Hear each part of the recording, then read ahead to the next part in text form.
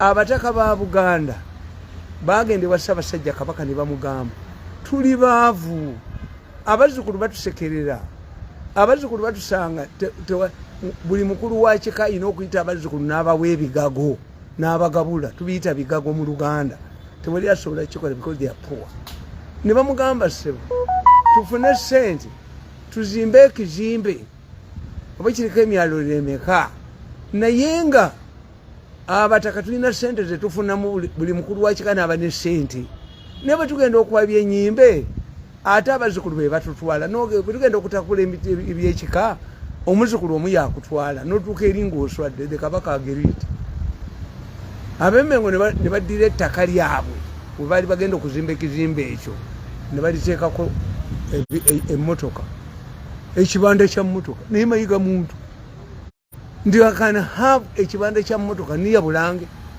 ekibanda kya mmotoka niya Bulange bondi y'emmotoka niya Bulange bagiteekawo kumpi ne Bulange ly'ettaka ly'abataka kati abataka Nabbasa Ssebugwawo abakwata watwale wa president watwale wa president Museveni bamuga Ssebo tulina idea omanyi Museveni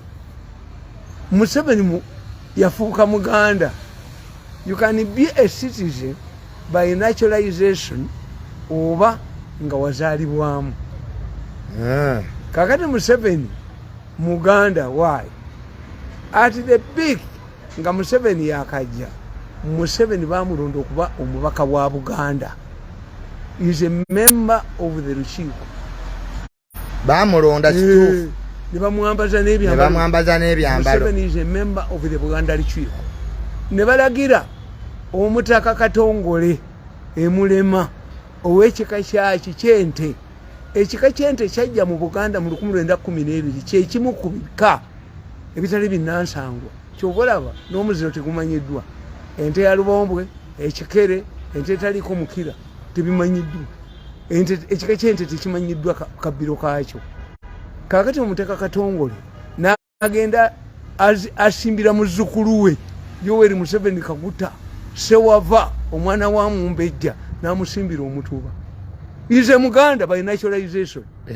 President Museveni bamusimbira n'omutuba mu kika ky'ente. Era bwe yasinkanye abataka yasoose kubuuza Katongole jjajja Katongole aliwa. Katongole President Museveni okusesenkana abataka ba Buganda. Buganda yagiyingira dda nga yakajja. Museveni is a Muganda by naturalization. Ab'Emmengo bennyini be bamusimbula n'omutuba. Nkugambye yabuuzizza omutaka Katongole nti jjajja aliwa gwe yasoose okubuuza. Kati memba wa Lukiiko. Memba w'Olukiiko lwa Buganda.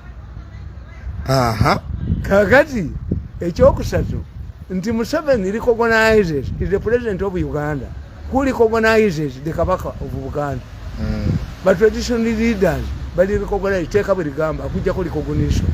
Kati abataka be batuuse wa Museveni ne bamugamba muzzukulu waffe Katongole n'amugamba muzzukulu bajjajjaabo bali bubi tebalina ssente naye tulina ettaka lyaffe twagala kuzimba bilioni 15 yeze kati mayaga embuto zimutokota abataka babadde bilioni 15 anti kati ettaka lyabwe baliriisinga.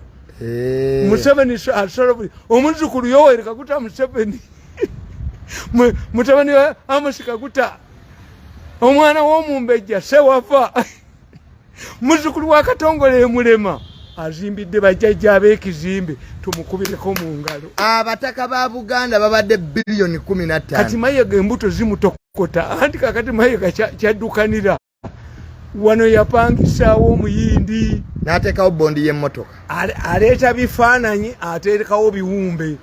Abataka byakaswanyu babba kati sente bazina wamma kituufu ziri ku akawunti tayali mayiga kati mayiga alwana na akasajja kabukete kasebo wakawumba tutu abataka betondedde Kabaka nga betonda bati abataka bageze okulaba President Museveni nga tebagambye Kabaka. Yes Kabaka abafuga koji why Ssekabaka Muteesa olubereberye yafuuka Ssaabataka tabeerangawo. Kabaka si yali ayagala okuwamba power nga mukaabya. Ssekabaka Muteesa was a dictator. He grabbed Galinga Idi Amin. Temwogerako yayita president buli kimu n'akiwamba Ssaabalongo ani.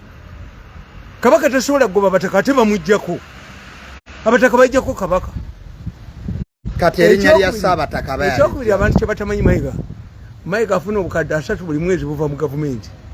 Motoka za gavumenti abamasaza bayina. Katikiro Mayiga buli mwezi afuna obukadde 3 buva mu gavumenti. Kakati abataka be bakoze ekive. Ne Katikiro naye yali yadda. Katikiro bamubya kaswanyi. This man ate mwana wa mukwano gwange oyo omuyindi eyagulaawo. Mwana wa mukwano gwange ngenda mugamba ndi mwana wattu. Saba Mayiga akuddize sente zo. Museveni omuzzukulu Museveni amaliridde okuzimbira bajjajjaabe. Oba omutaka Katongole yanaabeerako n'omwaliriro ogw'amaanyi ennyo. Kaakati muzeeyi waliwo olutalo wakati wa Katikiro n'abataka. Anti alina okujjawo ono. Tuvalaba kafulubendo kabukedde kasebbowa. Abataka beetondedde kabaka tewali. Sente Mayiga zaafuna milioni 3 ziva mu gavumenti. Buli mwezi zaava ku Ssemwogerere. We know who are paid there. Emmotoka ani azibawa. N'amagye. Era abataka bagambye bakaabi. Tugendera tya mu basi nga Mayiga alina n'abamugoberera. Abataka bagaye president. Tebatambulira mu basi nga Katikiro. Omanyi obuwanga bw'Abaganda. Ffe mu bawanga b'Abaganda kati abantu banaasoberera Katikiro Mayiga nga abalimeddeko. Ne bamukuba oluwombo lw'enkebuka tadda mu lubiri. Oluwombo lw'enkebuka olumanyi? Namukuba akaveera kabbi. Anti lwe luwombo lw'enkebuka. Enkebuka ye bbi. Bagenda omusobera Mayiga bamukuba oluwombo lw'enkebuka aveeyo kasalemesa ekizimbe ky'abataka. Katikiro mwangu nnyo oggoba.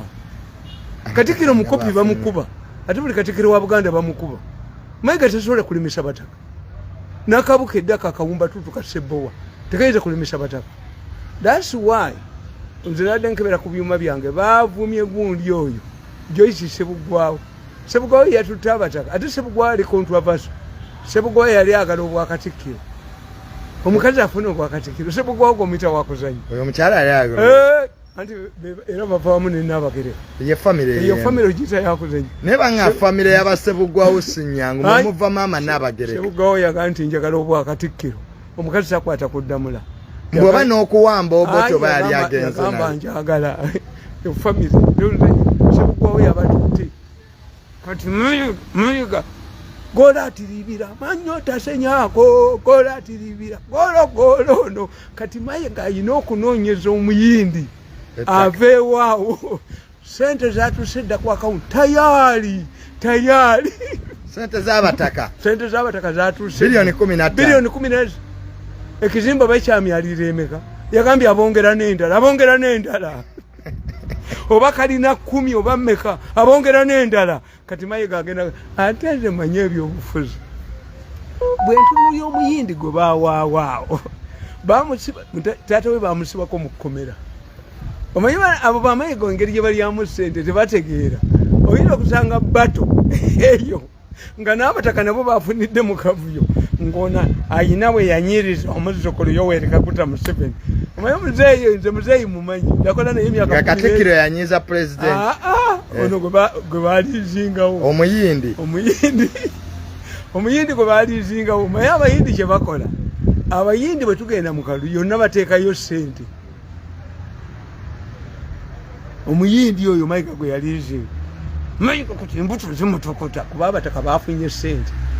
Museveni yakizimbe omuzzukulu kizimbe ky'abataka ba Buganda muzzukulu waabwe abazimbidde nabo abasimba ennene lwaki bamayiga bavuga ennene abaami ab'amasala. Katikiro Mayiga yali tayagala bataka kusesenkana president anti wano yasingawo mutaka lyabwe oyo omusajja Mayiga gwe yasingirawo eyalizingawo taata we mukwano gwange omuyindi nze ate bw'ajjeewanga ate niyinza okugenda wa Museveni ye n'amusasula ate Mayiga n'atabonaabona nnyo kati Mayiga alina okutunda ku apartment Mayiga bagenda omufubutula mu Buganda ate Mayiga bayinza omugoba mu kika abataka ndeka keeto mwali